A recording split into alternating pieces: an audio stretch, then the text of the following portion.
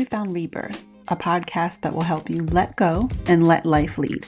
I'm founder and author of the book as well, Kate Brenton. Thank you so much for making your time to be here. I want to give you a little show note for the episode that you're going to listen to now. I talk about St. Brighid, and in this podcast, I reference the book Sacred Earth, Sacred Practice by John Philip Newell. And John Philip Newell talks about the longevity of St. Brighid, and he is the one that makes a reference to Brighid being related to the Sanskrit word Brihati. I'm so sorry. I might be pronouncing that incorrectly, and you can definitely send me an email. Brihati, Brihati, which means brightness. And the author Newell says that she was the, quote, brightness deep in all things, and as such was described, quote, in terms of eminence rather than transcendence. Eminence rather than transcendence. So that is my additional cliff note for you to keep in the forefront of your mind as you listen to this episode, which talks to you about intentions and that you already know the answers. And those answers are coming from an eminence within you. It is an awakening of your brilliance. If you are not convinced of that right now, then you found this podcast at the perfect time. There's no coincidences that you're here. Thank you so much for listening. Little plug, if you are a creative and you know that something is ready to birth, there would be a phenomenal space for you to come to if you are someone that can understand, like St. Brighid, why poetry and blacksmithing come together. Sit and Write is a space where mission-led authors bring together the spiritual and analytical sides of writing to bring their books to the readers that are waiting to read them. We have our second cohort opening this February. We've extended to February 17th for you to sign up. If you're interested, go to katebrenton.com, click on the top where it says Sit and Write. It's a master class. You get a free 20-minute intake with me. Why? Because I want to hear what you're working on. I want to know that support you need to write your book, to reactivate your creative voice, to do your poetry, that we're the space for you. It's not about, we're changing the paradigm of looking outside and we're moving from internal inspiration. So if you're interested, go check out Sit and Write at katebrenton.com and enjoy this episode.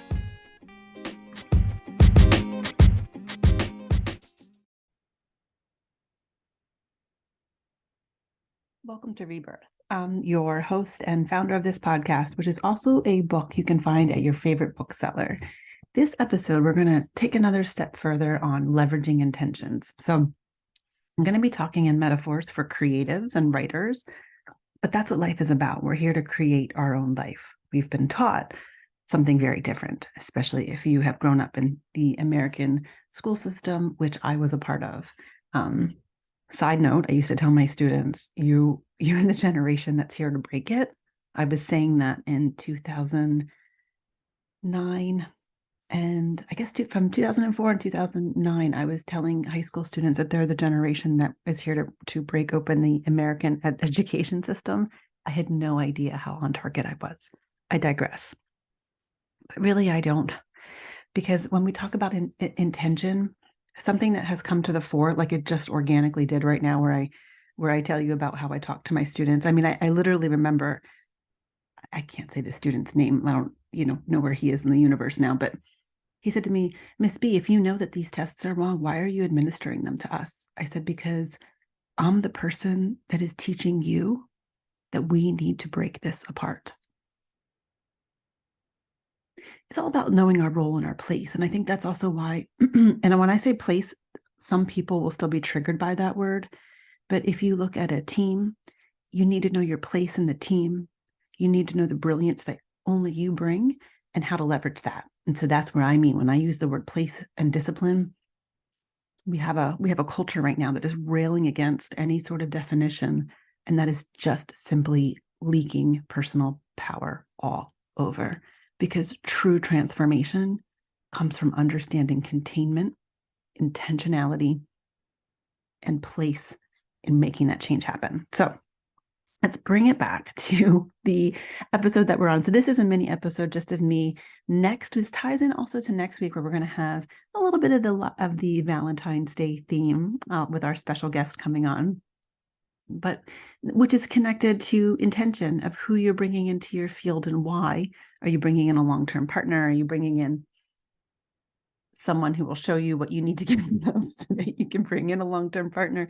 It's all about intention. And this episode is coming out on Imbolc and on St. Bridget's Day. And I remember learning about St. Bridget with Maya Toll when I took her herbalism apprenticeship. Probably it was actually around the same time that I was a high school teacher. So I don't know exactly the year, maybe 2006. We'll say 2006. I could be plus or minus a year. It was definitely before 2009 because I had left the Philadelphia area. But I took her herbal apprenticeship when she had a store in the Chestnut Hill area. And we would sit at a long wooden table and talk about herbs and Celtic goddesses and using plants as energetics and as healing modalities. And it was just delightful. So I was teaching at the time, and I was learning about this, and I was learning about other teaching modalities, which will be stories for another time. But it was a lot about the intention. And she taught us how to commune with the plants and have an intention and let the herbs guide you. And what I want to talk about with intention is you already know. Whatever you're trying to figure out, you already know. And when you take the time to set an intention, it crystallizes your focus. It's like a sounding call out to the universe of what you are seeking to illuminate. Okay. Now, we sort of think that intention and manifestation means instant gratification. That's not what I'm talking about.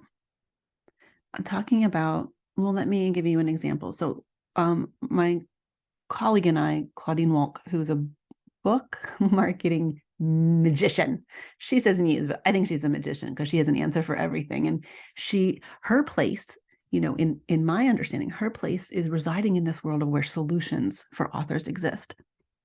And my place in Sit and Write is offering containment for inspiration to come in tension and then get birthed into form, right? Because it's very easy to say someday and to stay in the air of something. It's something else to pull it, take the fire and the discipline and pull it out of the air into the earth, right? That is something very different. And to water it, to give it the discipline, the nourishment, the time, the craft, to bring it into form. So 2 of our authors in this cohort that's coming to completion, although the first class we just did was the first evolution. It wasn't the first for Claudine and I of doing this work, but it was this first intentional container to bring in the spiritual and analytical and be very specific about that and not dress it up, but be very, very intentional about what we were wanting to bring, how we were wanting to harness our craft. And I've worked with writers for a very long time. If I do the math, I think it's fair to say 20 years now, which is shocking. I might be a couple of years shy of 20. But my intentionality was different for Sit and Write. And I held a good contained boundary within myself for that. And I was rewarded with these gorgeous writers. So holding that space, growing myself at the same time, because, whenever you're teaching, whenever you're holding a container, the truth is that the energy is reciprocal. So you are grown as you are growing. 2 of our writers who have come to really complete or a fulfilled place in where they need to continue. They had a similar journey of coming in with an intention and then having this circuitous undulation, meaning clear, not clear, writing, not writing. That's predictable.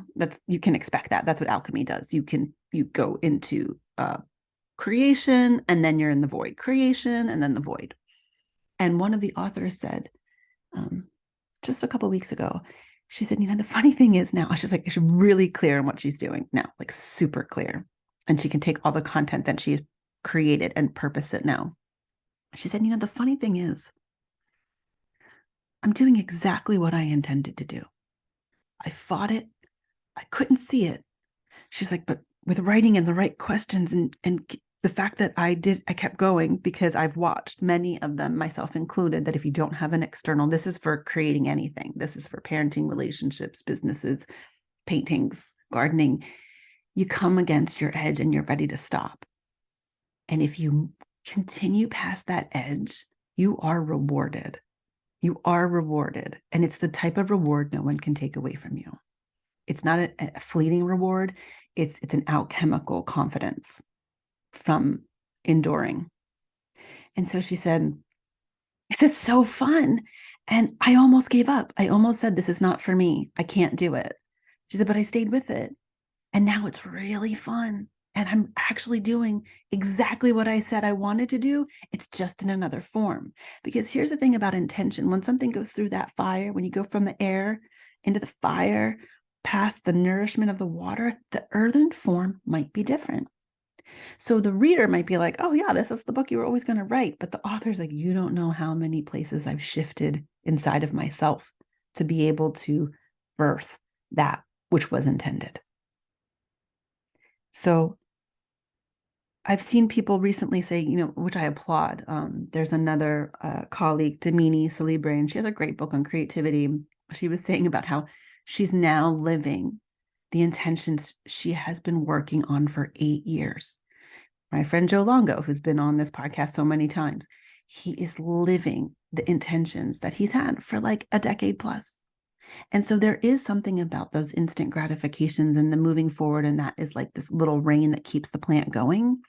But for the roots to go, for that seeded intention to really grow the fruit you need, the fruit you desire, the fruit that you were born to enjoy, fortitude and perseverance.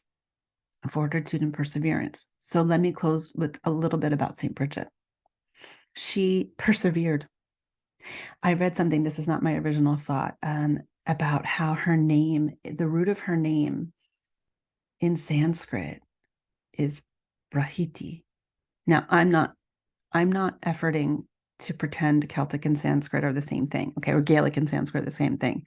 But when you look at personas and energies that have endured across time, right? She is the being that when Christianity came through, instead of being annihilated, she became sainted, and she maintained the hearth and the fire of Celtic wisdom, right? Because she is the patron of home, hearth, poet, blacksmithing.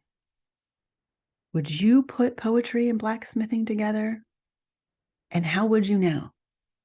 And the fire of the metal and the fire of the creation in alignment with one emanation.